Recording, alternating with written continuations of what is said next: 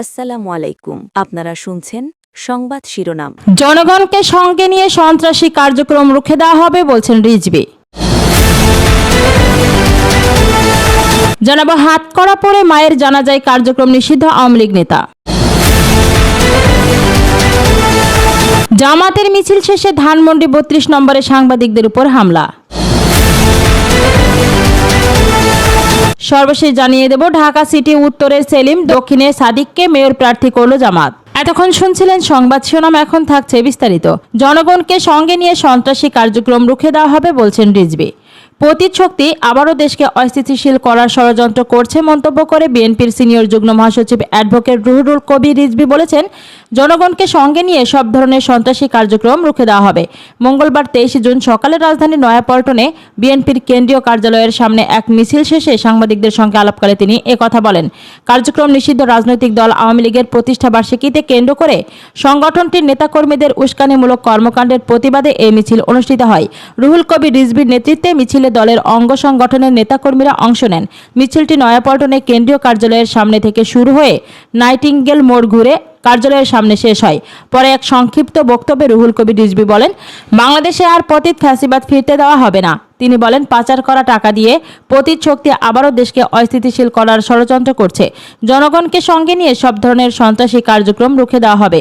বিএনপির সিনিয়র যুগ্ম মহাসচিব আরও যোগ করেন, দেশের জনগণ ঐক্যবদ্ধ, তাই দেশকে আর দিল্লির গোলাম বানানো যাবে না। সমাবেশে রিজভী বলেন, আওয়ামী লীগ সরকারের আমলে অসংখ্য নেতাকর্মী গুমের শিকার হয়েছেন। জনগণ কখনো গুম ও ক্রসফায়ারের রাজত্ব ফিরে আসতে দেবে না। তিনি দাবি করেন, বিএনপি নেতৃত্বাধীন বর্তমান সরকার দায়িত্ব গ্রহণের 4 মাসে কোনো গুম বা ক্রসফায়ারের ঘটনা ঘটেনি। শুধুমাত্র অপরাধীদের বিরুদ্ধে আইনগত ব্যবস্থা নেওয়া হয়েছে এবং রাজনৈতিক উদ্দেশ্য প্রণোদিত মিথ্যা মামলায় কাউকে বন্দী করা হয়নি। রিজভী বলেন, দেশ এখন অগ্রগতি, সমৃদ্ধি, শান্তি, গণতন্ত্র, বহুদলীয় রাজনৈতিক ব্যবস্থা এবং মত প্রকাশের স্বাধীনতার পথে এগিয়ে যাচ্ছে। একটি মহল আবারও এসব অর্জন নষ্ট করার ষড়যন্ত্রে লিপ্ত রয়েছে। জনগণ ও গণতান্ত্রিক শক্তি ঐক্যবদ্ধ থাকায় সেই অপচেষ্টা সফল হবে না। তিনি নেতাকর্মীদের উদ্দেশ্যে বলেন, শুধু আজ নয়, প্রতিদিনই সজাগ থাকতে হবে। নিষিদ্ধ আওয়ামী লীগ এবং তাদের সমর্থক বিভিন্ন মহল নানাভাবে উস্কানিমূলক কর্মকাণ্ড চালানোর চেষ্টা করবে। তাদের বক্তব্য ও কর্মকাণ্ডের মধ্যে দেশবিরোধী এবং সার্বভৌমত্ব বিরোধী প্রবণতা রয়েছে। মুক্তিযুদ্ধের চেতনার প্রসঙ্গ টেনে বিএনপির এই নেতা আরও বলেন, 30 লাখ শহীদের আত্মত্যাগ এবং 2 লাখ মা বোনের সম্ভ্রমের বিনিময়ে অর্জিত স্বাধীন দেশের জনগণ কখনো অন্যের গোলামত্ব মেনে নেবে না। দেশের স্বাধীনতা ও সার্বভৌমত্ব রক্ষায় জনগণ সবসময় সচেতন থাকবে। রুহুল কবির রিজভীর নেতৃত্বে আয়োজিত কর্মসূচিতে বিএনপি, যুবদল, ছাত্রদল সহ বিভিন্ন পর্যায়ের নেতাকর্মীরা অংশ নেন। জানিয়ে দেব হাতকড়া পরে মায়ের জানাজায় কার্যক্রম নিষিদ্ধ আওয়ামী লীগ নেতা। চট্টগ্রামের পটিয়ায় কারাগার থেকে প্যারোলে মুক্তি পেয়ে হাতকড়া পরে মায়ের জানাজায় অংশ নেন আইয়ুব বাবুল নামে কার্যক্রমে নিষিদ্ধ থাকা আওয়ামী লীগের এক নেতা। সোমবার 22 জুন রাত 9টা থেকে 5 ঘন্টার জন্য প্যারোলে মুক্তি পান তিনি। এর মধ্যেই 9:30টার দিকে তিনি মায়ের জানাজায় অংশ নেন। জানাজায় আওয়ামী লীগের উপজেলা শাখার সহসভাপতি ও পটিয়া পৌরসভার সাবেক মেয়র আইয়ুব বাবুল। সোমবার রাতে পটিয়ার পৌর সদরের আদালতে জামে মসজিদ চত্বরে ওই জানাজা হয়েছে।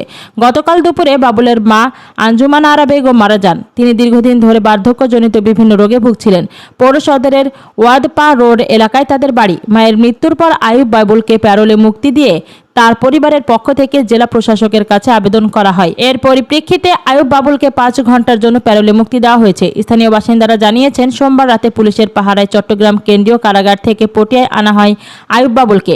রাত 9:30টার দিকে জানাজা অনুষ্ঠিত হয়। সামাজিক যোগাযোগ মাধ্যমে ছড়িয়ে পড়ায় ভিডিওটিতে দেখা যায়, জানাজার সময় আইয়ুব বাবুলের এক হাতে হাত করা ছিল। জানাজায় আইয়ুব বাবুল তার মায়ের রুহের মাগফিরাত কামনা করে সবার কাছে দোয়া চান। জানাজায় উপস্থিত মুসল্লিদের উদ্দেশ্যে তিনি বলেন, আমি মায়ের সেবা করতে পারিনি, এটাই হচ্ছে আমার সবচেয়ে বড় দুঃখ। এ বিষয়ে আইয়ুব বাবুলের স্ত্রী চাঁদে সুলতানা বলেন, জানাজায় অংশ নেওয়ার পর বাড়িতে এসে ভাত খেয়েছেন আইয়ুব বাবুল। এরপর তাকে পুনরায় কারাগারে নিয়ে যাওয়া হয়। পুলিশ সূত্রে জানা যায়, আইয়ুব বাবুলের বিরুদ্ধে অন্তত 6টি মামলা রয়েছে। 2025 সালের 29 এপ্রিল থেকে কারাগারে রয়েছেন তিনি। পটিয়া থানার অফিসার ইনচার্জ জিয়াউল হক বলেন, প্যারোলে মুক্তি পাওয়া ওই আওয়ামী লীগ নেতা পুলিশের পাহারায় জানাজায় অংশ নিয়েছিলেন। নির্ধারিত সময় শেষে তাকে পুনরায় কারাগারে পাঠানো হয়েছে। এবার থাকছে জামাতের মিছিল শেষে ধানমন্ডি 32 নম্বরে সাংবাদিকদের উপর হামলা। কার্যক্রম নিষিদ্ধ আওয়ামী লীগের 77তম প্রতিষ্ঠা বার্ষিকী ঘিরে রাজধানীর ধানমন্ডি 32 নম্বরে জামাত ইসলামের একটি মিছিল শেষে এক সাংবাদিককে মারধরের অভিযোগ উঠেছে। আওয়ামী লীগের দোসর আখ্যা দিয়ে ওই সাংবাদিকের উপর হামলা করা হয়েছে এমন এমন অভিযোগ পাওয়া গেছে। মারধরের শিকার সাংবাদিক মাহফুজুর রহমান শিশির দৈনিক সকালের রিপোর্টার। প্রত্যক্ষদর্শীরা জানান, মঙ্গলবার 23 জুন সকাল 8:30টার দিকে জামাত ইসলামের ধানমন্ডি জোন ওই এলাকায় মিছিলের আয়োজন করে। মিছিল শেষে ব্রিফিং চলাকালে কয়েকজন জামাত কর্মী এক সাংবাদিককে আওয়ামী লীগের দোসর বলে মন্তব্য করেন। এ নিয়ে উপস্থিত সাংবাদিকরাও প্রতিবাদ জানালে উভয় পক্ষের মধ্যে কথা কাটাকাটি শুরু হয়। এক পর্যায়ে পরিস্থিতি উত্তপ্ত হয়ে সংঘর্ষের রূপ নেয়। প্রত্যক্ষদর্শীদের দাবি, এ সময় জামাতের কয়েকজন কর্মী শিশিরের কলার চেপে ধরে তাকে ঘুষি মারেন। পরে তিনি রাস্তায় পড়ে গেলে তাকে লাথিও মারা হয়। ঘটনার বিষয়ে সাংবাদিক মাহফুজুর রহমান শিশির বলেন, জামাতের কর্মীরা মারধর করে আমাকে আহত করেছে, এটা অনেক লজ্জার। তিনি প্রশ্ন তুলে বলেন, আপনারা তো সংবাদপত্রের স্বাধীনতার কথা বলেন, একজন সাংবাদিকের কলার ধরা আর তাকে মারধর করা কি আপনাদের সেই স্বাধীনতার নমুনা? পরে সহকর্মীরা তাকে উদ্ধার করে চিকিৎসার জন্য নিকটস্থ একটি বেসরকারি হাসপাতালে নিয়ে যায়। এ বিষয়ে জামাতের ইসলামী ঢাকা মহানগর দক্ষিণের সহকারী প্রচার সম্পাদক আব্দুস সাত্তার সুমন ঘটনাটি দুঃখজনক বলে মন্তব্য করেন এক গণমাধ্যমে। তিনি বলেন, আমরা সাংবাদিকদের প্রতি কোনো ধরনের অসদাচরণ সমর্থন করি না। ফুটেজ দেখে আমার এই ঘটনায় জড়িতদের শনাক্ত করব এবং তাদের বিরুদ্ধে সাংগঠনিক ব্যবস্থা নেব। কোনো বহিরাগত এর সঙ্গে জড়িত ছিল কিনা তাও আমরা তদন্ত করে দেখব। সর্বশেষ জানিয়ে দেব, ঢাকা সিটির উত্তরে সেলিম, দক্ষিণে সাদিককে মেয়র প্রার্থী করল জামাত। প্রাথমিকভাবে দেশের 13টি সিটি কর্পোরেশনের মধ্যে 8টিতে মেয়র প্রার্থী চূড়ান্ত করেছে বাংলাদেশ জামাতে ইসলামী। সোমবার 22 জুন জামাতের কেন্দ্রীয় নির্বাহী পরিষদের বৈঠক থেকে এই সিদ্ধান্ত আসে। তবে এই প্রার্থীদের নাম দলের সর্বোচ্চ নীতি নির্ধারণী ফোরাম মজলিসে শুরায় চূড়ান্ত করা হবে বলে সংশ্লিষ্ট সূত্রগুলো জানিয়েছে। বৈঠকে ঢাকা উত্তর সিটি কর্পোরেশনে জামাতের মেয়র প্রার্থী করা হচ্ছে দলের মহানগর উত্তর শাখার আমির সেলিম উদ্দিনকে এবং ঢাকা দক্ষিণে ঢাকা বিশ্ববিদ্যালয়ের কেন্দ্রীয় ছাত্র সংসদের ভিপি মোহাম্মদ আবু সাদিককে। প্রাথমিকভাবে চূড়ান্ত হওয়ার জন্য অন্য প্রার্থীরা হলেন চট্টগ্রাম সিটি কর্পোরেশনের নগর জামাতের সাংগঠনিক সম্পাদক ও সাবেক কাউন্সিলর মোহাম্মদ শামসুজ্জামান হেলালি,